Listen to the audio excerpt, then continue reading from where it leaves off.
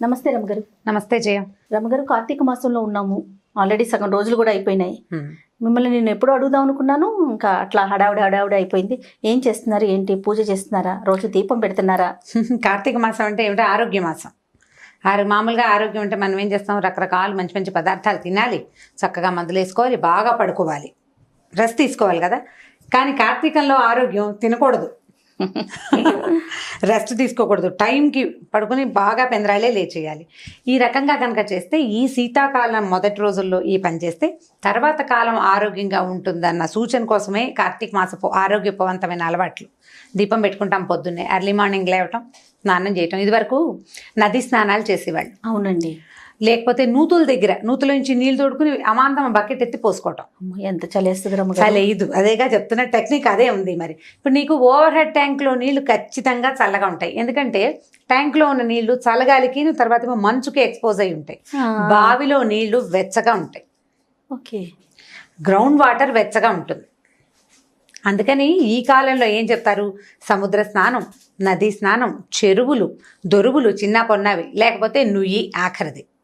నూతిలో నీళ్ళైనా వెచ్చగానే ఉంటాయి, వెచ్చగా వస్తాయి. మా నూతికి పంపు ఉండేది, మా చిన్నప్పుడు నా నూతికి పంపులో కొడితే వెచ్చటి నీళ్ళు వస్తాయి. శీతాకాలం పొద్దున్నే స్నానం చేస్తే చుట్టూతో చలిగా ఉంటుంది, భూమిలోంచి వెచ్చటి నీళ్ళు వస్తాయి పైకి. ఆరోగ్యం. చల్లటి నీళ్ళు నువ్వు ట్యాంక్ వాటర్ పోసుకుంటే నిజంగానే చలేస్తుంది. మనం ట్యాంక్ వాటరే పోసుకుంటున్నాం అనుకోండి, ఆరోగ్య రీత్యా కొద్దిగా గోరువెచ్చటి నీళ్ళు, వేడి నీళ్ళు గీజర్ ఆన్ చేసుకుని పోసుకోకుండా కొంచెం మరీ చల్లగా ఐస్ కోల్డ్గా కాకుండా, ఐస్ కోల్డ్ నీళ్ళు పోసుకుంటే జబ్బు చేస్తుంది. అవునండి. బయటికి వెళ్ళి స్నానాలు చేసే అవకాశం లేని వాళ్ళు తప్పకుండా ఇంట్లోనే ఏదో స్నానం చేస్తాము. ఒక మాట కార్తీక దామోదరుని తలుచుకుని, నాయన ఈ జన్మకి ఇదే, ఈ సంవత్సరానికి ఇది, వచ్చే సంవత్సరం కుదిరితే నది స్నానం, ప్రతి నెల ప్రతి సంవత్సరం నేను ఇదే అనుకుంటాను. వచ్చే సంవత్సరం ఏదైనా నది స్నానం ఒక్కసారైనా చేస్తాను అని.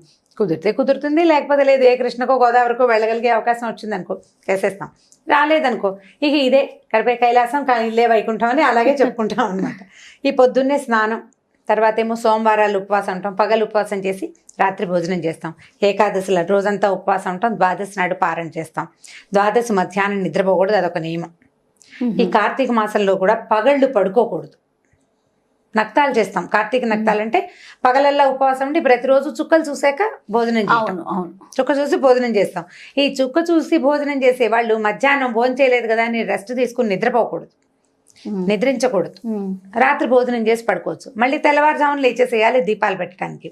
ఈ నియమంతో పనిచేస్తే హెల్తీగా ఉంటాం అనేది నిర్వాదం. ఖచ్చితంగా హెల్తీగా ఉంటాం, ఇలా పని చేయాలి. ఒకటి, ఇప్పుడు పౌర్ణమి వస్తుంది కదా, ఇప్పుడు ద్వాదశి అవి ఏకాదశి అయిపోయిన, ఏకాదశి ద్వాదశిలు అయిపోయిన తర్వాత ఇక వచ్చేది పౌర్ణమి. పౌర్ణమికి రకరకాల పద్ధతులు ఉంటాయి. కొంతమంది పెద్దవారు చెప్పినవి ఫాలో అవుతారు, ప్రతి సంవత్సరం కొత్త, ఈ సంవత్సరం ఏం చేయాలి అని. కొంతమంది ఇళ్లల్లో ఉన్నవి ఫాలో అవుతారు. ఇళ్లల్లో ఉన్న పెద్దవాళ్ళ అమ్మమ్మలు, నాయనమ్మలు, అమ్మలు, అత్తగారులు చేస్తుంటే వాళ్ళ వెనకాలబడి చేయటం. పౌర్ణమికి నోములు ఉంటాయి, తోరణ నోములు అంటారు, అదొక రకం. దాని మీద బాగా వివరంగా నాకు తెలీదు. తోరాలు ఉంటాయి, ప్రతి సంవత్సరము ఆ తోరాలు తీసి దాచిపెట్టుకుంటారట, అదొకటి. కేదారేశ్వర వ్రతం చేసుకునే వాళ్ళు కొంతమంది, సత్యనారాయణ వ్రతం చేసుకుంటారు కొంతమంది. ఆ సత్యనారాయణ వ్రతం కూడా చేస్తారు ఈ పౌర్ణమి నాటికి. కేదారేశ్వర వ్రతం అని విన్నాను కానీ సత్యనారాయణ వ్రతం కూడా చేసుకుంటారు, ఇదొకటి. అక్కడి నుంచి లేకపోతే మనం ఏం చేస్తాము, 365 ఒత్తులు వెలిగించుకోవడం. సంవత్సరం అంతా వెలిగించకపోయినా, లేకపోతే ఇబ్బంది రోజుల్లో వెలిగించకపోయినా ఆ దోషం పోవటానికి భార్యకు ఒక 365, భర్తకు ఒక 365 వెలిగించాలని, ఇవి రెండు వెలిగించి పెట్టుకోవటం. ఈ దేవాలయానికి వెళ్ళే పద్ధతి ఒకటి. దేవాలయానికి అంటే మన ఇంట్లో సాగదు, నిలబెట్టలేము, లేకపోతే మనకే ఏమిటంటే యాంబియన్స్, వాతావరణం సరిగ్గా లేదనిపిస్తుంది. దేవాలయానికి వెళ్తే ఒక ఆధ్యాత్మిక వాతావరణం ఉంటుంది, కొంత స్థిమితం ఉంటుంది. గుళ్ళో చాలామంది పెడుతుంటారు, వాళ్ళతో పాటు పెడితే మనకు కూడా కొంత ఆధ్యాత్మిక భావాలు ఇంకొంచెం పెంపొందుతాయి కదా. సరే, దేవాలయానికి వెళ్ళి పెట్టేటట్టయితే దేవాలయంలో పెట్టుకోవటం, లేకపోతే మన ఇంట్లోనే. నేనైతే ఈ దేవాలయాలకి వెళ్ళలేను, అంతమంది గుంపులుగా జనం ఉండి ఒకళ్ళ దీపాలు ఒకళ్ళు తోసేసుకుంటున్నారన్న భావన నాకు ఆసక్తికరంగా వదిలే ఈ పని అనిపిస్తుంది. నేను ఇంట్లో పెట్టుకుంటాను, తులసి దగ్గర పెట్టుకుంటాం. ముగ్గు వేస్తాను తులసి దగ్గర. తులసికి మామూలుగా మా తులసి కొంచెం ఎత్తు మీద ఉంటారు, పైన ఉంటుంది తులసమ్మ, కిందకి దింపుకుంటాను అనమాట. ఆ ఒక రోజుకి ముగ్గేసి ముగ్గులో తులసిని కూర్చోబెడతాం. ఈ తులసికి ముందుకి మళ్ళీ ముగ్గేసుకుంటాం, శంఖచక్రాలు, పద్మము ముగ్గేస్తాం. ఇప్పుడు ఈ పద్మంలో ఈ 2 ప్రమిదలు 365 365 ఒత్తులు వేసి వెలిగించుకోవటం. ఈ ఒత్తుల్ని మనకి ఇప్పుడు దొరికేస్తున్నాయి. ఇది వరకు చేత్తో చేసుకుని పెట్టుకునేవాళ్ళం, నెల మొదల నుంచి నుంచి చేసుకునేవాళ్ళము. ఇప్పుడు దొరికేస్తున్నాయి చక్కగా. ఇంతలా కట్టగడతాడు, పైన చిన్న ఒత్తి పెడతారు. నా చిన్నప్పుడు ఇంట్లో అమ్మ వాళ్ళు పిన్ని వాళ్ళు వీళ్ళందరూ చేసుకునేవాళ్ళు. విభూతితో చేస్తారు కదా. అంటే విభూతి ఉంటే మనకి ఒత్తి తిరుగుతుంది అనమాట. పురి రావాలి కదా. మనకి మామూలు పత్తి మన చేతికి తిరగదు. విభూతి రాసుకునేసరికి బరగ్గా అవుతుంది. ఈ బరక మీద తిరిగి చక్కగా ఇలా తిరిగి మనకి బాగా వస్తుంది. అప్పుడు దారపు ఒత్తులతోటి చేసుకుంటాం.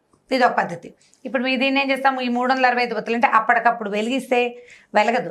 దాన్ని ఏం చేస్తామంటే పొద్దునే మనం దేవతార్చన చేసుకునేటప్పుడు పొద్దున దీపం పెట్టుకునే అలవాటు ఉన్నవాళ్ళు లేదా దేవతార్చన పద్ధతులు ఉన్నవాళ్ళు అప్పుడే ఆవు నేతిలో కనుక తడిపి ఉంచితే సాయంకాలం దీపం నిలిచి కాలుతుంది. మార్నింగ్ పెట్టేస్తే పొద్దున నానబెట్టుకోవాలన్నమాట. నువ్వు సాధారణంగా ఆవు నూనెతోటే చేస్తాం. ఆవు నెత్తి దీపాలే కదా అసలు కార్తీకం అంతా ఆవు నెయ్యే వాడుకుంటాం కదా. నిలబడి కాలుతుంది అనమాట. అది మధ్య మధ్యలో కొండెక్కిపోకుండా విరిగిపోకుండా స్థిమితంగా కాలడం కోసం, అంటే దీపం నిలబడి వెలగాలి కదా, పూర్తిగా ఆహుతవ్వాలన్నది ఒక నియమం. దీపం ఇప్పుడు మనం మామూలు దీపారాధన దేవతార్చన దగ్గర రోజువారీ చేసుకునేటప్పుడు దీపం బాగా నూనె అయ్యే వరకు ఉండటం ఒకటి, దీపం నిలిచి వెలగటం. ఒక్కొక్కసారి ఒత్తులు కూడా ఆహుతైపోతాయి. ఒత్తులు ఆహుతైతే చాలా మంచిదని ఒక భావన. ఒక్కొక్కళ్ళు ఆటభేదాలు ఉంటాయి, ఒక్కొళ్ళు ఒక రకంగా చెప్తారు. ఒత్తి మొత్తం ఆహుతైపోతుంది, అది కూడా బాగానే ఉంటుంది. ఈ 365 ఒత్తులు ఆహుతైతే బాగుంటుందని 2-3 పెద్దవాళ్ళ దగ్గర విన్నాను నేను. ఇది ఒక విధానం. పల్లెటూళ్ళల్లో అయితే ఏం చేసేవాళ్ళం అంటే ఈ 365 ఒత్తులు వేసేటప్పుడు దీపాలని చెరువులో వదిలిపెడతారు. జ్వాలా తోరణం అంటారు. ఈ జ్వాలా తోరణానికి దేవాలయాల దగ్గర చేస్తారు ఒక విధానం. దేవాలయాల బయట అంటే చిన్న చిన్న గుళ్ళల్లో చెయ్యరు, ప్రమాదాలకి దారి తీస్తుంది. పెద్ద ప్రాంగణాలు ఉండే దేవాలయాల దగ్గర ముఖద్వారం దగ్గర ఏం చేస్తారంటే గడ్డితో తోరణం ఏర్పరుస్తారు. ఈ సాయంకాల అర్చన అయిన తర్వాత అవి వెలిగిస్తారనమాట. ఈ తోరణం ఈ స్వామిని ఊరేగింపుకి తీసుకొస్తారు శివాలయాల్లో నుంచి. ఆయన బయటకు వస్తాడు, ఆ జ్వాలా తోరణం కింద నుంచి స్వామి లోపలికి వెళ్తాడు. ఆయనతో పాటు ఆ తోరణం కింద నుంచి మనం వెళ్తే గనక చాలా గ్రహ పీడలు అవి తొలుగుతాయని ఒక నమ్మకం. గడ్డి తోరణానికి ఏమైనా ప్రత్యేకమైన కథ ఉందా రమ్మగారు? ఇవి తెలియదు, అట్లాగే చెప్తారు జ్వాలా తోరణం అని. కానీ చిన్నప్పున్న దేవాలయాల్లో ఇది పెట్టుకోరు. ఈ జ్వాలా తోరణంతో పాటు శివుడితో పాటు మనం లోపలికి వెళ్తాం. అయ్యవారు లోపలికి వెళ్తాడు, ప్రదక్షిణ చేయిస్తారు, ఆయన బయటకు వస్తాడు, ఊరేగింపుకి వస్తారు. తిరిగి స్వామి లోపలికి వచ్చేటప్పుడు ఈ జ్వాల వెలిగిస్తారు. ఈ తోరణం కింద నుంచి అయ్యవారు లోపలికి వెళ్తాడు, ఆయన వెనకాలే భక్తులందరూ హరోహర అని లోపలికి వెళ్తారు. ఈ తోరణం కింద నుంచి వెళ్తే ఈ సంవత్సరపు గ్రహపీడలు అనారోగ్యాలు అవి తొలగిపోతాయని ఒక నమ్మకం. అన్ని దేవాలయాల్లో చెయ్యరు. ఇప్పుడు మనకు సమర్థంగా ఉంటాయి సిటీల్లో దేవాలయాలు, అక్కడ కొంచెం తక్కువ. సిటీకి కొంచెం దూరంగా ఉండే శివాలయాల్లో ఇవి కనపడుతూ ఉంటాయి. ఇది చేస్తారు ఒకటి. అక్కడి నుంచి అరటి దొప్పల్లో దీపాలు పెడతారు, నీళ్ళల్లో వదిలిపెడితే ఈ నీటిలో కూడా జ్వాల వరుసగా అలా దీపాల వరుస నీళ్ళల్లో కదులుతూ వెళ్తూ కనిపిస్తుంది. నదీ పరివాహక ప్రాంతాల్లో ఎక్కువగా కనిపిస్తుంది. మనం ఇక్కడ నీళ్ళే ఉన్నాయి, ఓ టబ్బుతో నీళ్ళు పెట్టుకుని నీళ్ళల్లో వదిలిపెట్టడమే ఒక శాస్త్రం కింద. బకెట్లో వదిలిపెట్టామని టబ్బులో వదిలిపెట్టామని చెప్తారు. టబ్బులో వదిలిపెట్టడం ఏమంత శాస్త్రసమ్మతమైన సంగతి కాదు. మనకి వేరే ఆప్షన్ లేదు కాబట్టి బాత్రూంలో స్నానం చేసినట్టుగా టబ్బులో వదిలిపెట్టడం. జ్వాలని నది పరివాహక ప్రాంతాల్లో కనుక కాలువలో వదిలేమనుకో, కాలువతో పాటు ఆ జ్వాల ముందుకెళ్తుంది, దీపం ముందుకెళ్తుంది. ఇప్పుడు మనం అరటి దొప్పల్లో ఏం చేస్తారు, ఇక చిన్న మూతలతోటి హోల్స్ లాగా చేసి అందులో ఆవునేతి దీపం వెలిగిస్తాం. అది నీళ్ళలో వదిలిపెడితే ప్రవాహ వేగానికి ఆ జ్వాల ముందుకెళ్ళిపోతుంది, దీపం ముందుకెళ్తుంది కదా. అలా వెళ్తున్న వరుస ఆ దారిలో ఉన్నటువంటి చాలా రకాల సూక్ష్మ క్రిములని నాశనం చేస్తుంది. పరివాహక ప్రాంతాలను శుభ్రం చేసే విధానాల్లో ఇదొక విధానంగా భావిస్తారు. పసుపు కుంకుమ పువ్వులు వేసి దీపానికి అర్చన చేస్తారు, ఆ దీపాన్ని వదిలిపెడతారు. అట్లా జాల దీపాలు ముందుకు వెళ్తుంటే ఆధ్యాత్మిక ధోరణి పెంపొందుతుంది, చుట్టుపక్కల వాతావరణం పవిత్రీకరింపబడుతుంది.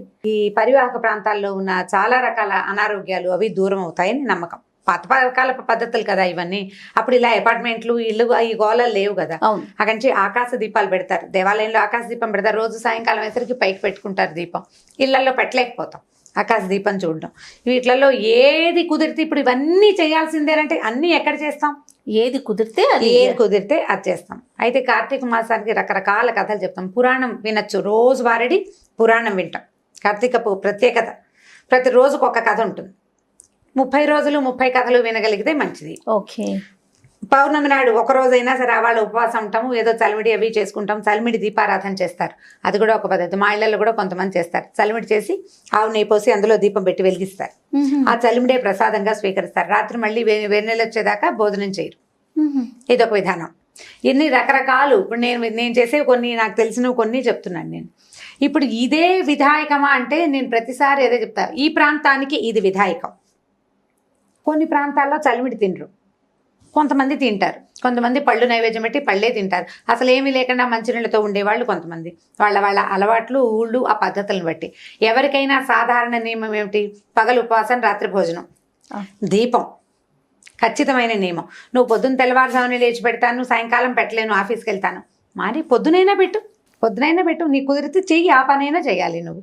ఇది రెండు రకాలు. పొద్దున సాయంత్రం 2 దీపాలు పెట్టగలిగి ఇళ్లలో ఉండే అవకాశం ఉన్నవాళ్ళు చక్కగా సాయంకాలం కూడా సంధ్య దీపం పెట్టుకుంటే అవన్నీ ఆరోగ్యానికి మంచివి. మనకి ఏంటంటే భగవంతుని చేరడానికి మనం ఎన్నుకున్న రకరకాల మార్గాల్లో ఇది ఒక మార్గం. కార్తీకం చాలా ప్రత్యేకమైన మాసంగా చెప్తాం కదా.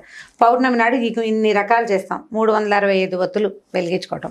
నాకు ఇంకొక విధానం ఉంది. ఒక పెద్ద ఆవిడ ఒకసారి చెప్పారు, మామూలుగా ఈ పౌర్ణమి రోజుల్లో పూర్ణచంద్రుడు కనపడతాడు మనకి కదా. ప్రతి చోట, ప్రతి ప్రాంతాల్లోనూ చంద్రుడు కనిపిస్తాడు. ఈ చంద్రుడిలో లలితాదేవిని భావన చేసి శ్రీ లలిత చదువుకుని లలితా సహస్రనామం చదువుకుని వెండి పళ్ళెంలో కానీ వెండి గిన్నెలో కానీ పాలతోటి పాయసం చేసి పాయసాన్ని నివేదన చేసి స్వీకరించమంటారు. ఓహో. పౌర్ణమి నాడు గనక ఇట్లా లలిత పారాయణ చేస్తే అది కామ్యమని, కోరిన కోరికలు సిద్ధిస్తాయని, మనశ్శాంతి దొరుకుతుందని చెప్తారు. చంద్రుడు మనఃకారకుడు. మనం మామూలుగా పౌర్ణమి రోజుల్లో సముద్రానికి ఆటుపోట్లు ఎక్కువ అవుతాయి కదా. అవునండి. అందుకని చీకటి పడ్డాక వెళ్ళకూడదంటారు. కొన్ని రకాల కరెంట్స్ ఉత్పన్నమై అవుతాయి, అందుకని పౌర్ణమికి చెప్తారు కదా, పెరుగుతాయి, ఆటుపోట్లు ఎక్కువ అవుతాయి. కానీ కార్తీక పౌర్ణమికి ప్రత్యేకంగా ఖచ్చితంగా సముద్ర స్నానం చెప్తారు. కార్తీక పౌర్ణమి స్నానాలు చాలా విశేషం. కార్తీక స్నానాలే విశేషమైన స్నాన విధులు అవి. పౌర్ణమి నాడు ఈ సముద్ర స్నానం చేయడం ఇంకా విశేషమైంది. పున్నమి చంద్రుడి వీపు కనుక పడితే ఆ సూర్యుడు చంద్రుడు ఈ నెలల్లో, ఈ మధ్యలో పౌర్ణమికి వాటికి దగ్గరలో సూర్యచంద్రులు ఇద్దరు ఒక్కసారే ఆకాశంలోకి వస్తారని, ఆ వెలుగులు ఈ నదుల మీద పడడం వల్లే వాటిలలో కరెంట్స్ అంటే అందులో ఉండే శక్తి పెరుగుతుందని చెప్తారు. అందుకు ఈ నదీ స్నానాలు అవి నియమబద్ధంగా చేయాలంటారనమాట. కుదిరితే చేస్తాం, కుదరకపోతే ఇప్పుడు నేను చెప్పాను కదా వచ్చే సంవత్సరం చేస్తానని ఒక దండం పెట్టుకుంటాం. కుదిరిన ప్రకారంగా చేసుకుంటూ వెళ్తాం. పౌర్ణమి నాడు నియమంగా పగలు ఉపవాసం, సాయంకాలం భోజనం, సాయంత్రం దీపం పెట్టుకోవటం. ఈ 365 ఒత్తులు వెలిగించగలిగితే వెళ్ళని గుడ్డు. నీ వల్ల కాలేదు, సూక్ష్మంలో మోక్షం ఒక దీపమైన ఒక్క జోడు దీపాలు వెలిగించి చంద్రుణ్ణి చూశాక భోజనం చేయటం. మనం ఏదైనా నివేదన చేసుకుని కుదిరితే మేడ మీదే భోజనం చేయగలిగితే ఆ చంద్రకిరణాల వల్ల మనకి ఆహారం అమృతతుల్యం అవుతుందని చెప్తారు. చీకటి పడ్డాక చేస్తాం. ఎలాగైనా 6ంటికి తినే కదా, 7 గంటలు అయిపోతుంది. పాయసం, పప్పు ఏదో చేసుకుంటాం. మనకి 5 నుంచి చీకటి అనిపించేది. చలికాలం కదా. ఈ చంద్రుడు సోకిన చంద్రకిరణాలు సోకిన ఆహారాన్ని తీసుకుంటే ఆరోగ్య వృద్ధి, మనసు చాలా ప్రశాంతంగా అవుతుందట. మైండ్ కూల్గా ఉండటానికి చంద్రుడు బాగా ఉపకరిస్తాడు. అందుకని వెన్నెట్లో తిరగండి. బాగా డిప్రెస్డ్గా ఉన్న వాళ్ళకి, కాస్త బాధగా ఉంది, వెన్నెల్లో తిరగండి అని చెప్తారు. మనశ్శాంతిగా ఉంటుంది. చల్లదనం వల్ల ఒక రకమైన ఆహ్లాదకరమైన వాతావరణం వస్తుంది. ఈ ప్రసాదాన్ని మనం చంద్రుడికి చూపించుకోవచ్చు. అందుకని ఏం చేస్తాం, తులసిని ఆరు బయట పెట్టుకుంటాం కదా. అవును, ఇళ్లలో ఉండదు కదా మనకు తులసి చెట్లు, కొంచెం ఆరు బయట ఉంటాయి. ఇంకా కొంచెం వెన్నెల సోకే చోటు ఉంటే మరీ అదృష్టం. అక్కడే ఏదో చేసిన పదార్థాలు, పాయసం అవి తీసుకెళ్ళి నైవేద్యం చేయటం, మనం తులసికి నివేదన చేయటం ఒకటి, చంద్రుడికి నివేదన పెట్టడం రెండో విధానం. ఈ 2 విధానాల ప్రకారం కార్తీక పౌర్ణమిని ఈజీగా, సింపుల్గా, చక్కగా చేసేసుకోవచ్చు. నేనైతే వీటిలలో దాదాపుగా అన్ని నేను చెప్పిన విషయాలన్నీ నా సొంతవే. ఓకే. 1, 2 మరి ఈ చెరువుల్లో వేటాలు అవి ఈ ఊళ్ళల్లో చేయలేం, మనం చేయలేకపోతాం కదా. ఈ చేయగలిగేవన్నీ చేసుకుందాం. ఎలాగో ఇదంతా హెల్దీ థింగే. ఆవు నెయ్యి తాలూకు కాలిన పొగ ఆరోగ్యదాయకమైంది. అవును. నువ్వుల నూనె పొగ కూడా అలాంటిదే. నువ్వుల నూనె పొగతోటి క్రిములు, సూక్ష్మ క్రిములు నశిస్తాయి. నెయ్యి ఆయుర్వృద్ధి అని చెప్తారు. ఘృతం ఏంటంటే ఆయుష్ను పెంచుదని వేదంలోనే చెప్పబడింది. ఆహారంగా తీసుకుంటే ఎంత వృద్ధో దాని నుంచి వచ్చే పొగని పీల్చినా కూడా అంత వృద్ధి జరుగుతుంది. ఆయుర్వృద్ధి అనే ఖచ్చితంగా ఈ నెలలో ఇది వాడండి అని చెప్తారు. అన్ని నెలల్లోనూ ఆవు నెయ్యి వాడేయాలి అంటే మనకు కుదరదు. సంవత్సరంలో ఒక్క నెలైనా మీరు ఈ పని చేయండి అంటే చేస్తామని మన పెద్దలు ఈ విధిని మనకు ఏర్పరిచారు. ఆవు నెయ్యి దీపాలు పెట్టండి. వీలయ్యి మీకు బాగా కుదిరి ఇంటి నిండా, వాకిలి నిండా దీపాలు పెట్టుకోగలిగితే మహత్తరంగా ఉంటుంది.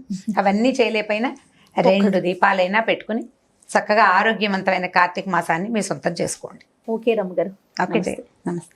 ఈ వీడియో కనుక మీకు నచ్చినట్లయితే లైక్ చేయండి, షేర్ చేయండి. మరిన్ని వీడియోస్ కోసం మా ఛానల్ని సబ్స్క్రైబ్ చేసుకోండి. రోజుకి 1 కోటి మందికి పైగా వ్యూవర్షిప్ని సంపాదించుకున్న సుమన్ టీవీ నెట్వర్క్ ఇప్పుడు సరికొత్త పంతాలో అడుగు వేయబోతోంది. సుమన్ టీవీ నెట్వర్క్ని జిల్లాల వారీగా ప్రారంభించబోతోంది. ఫ్రాంచైజీస్ కోసం ఆసక్తి కలిగిన వారు క్రింది నెంబర్ని సంప్రదించగలరు.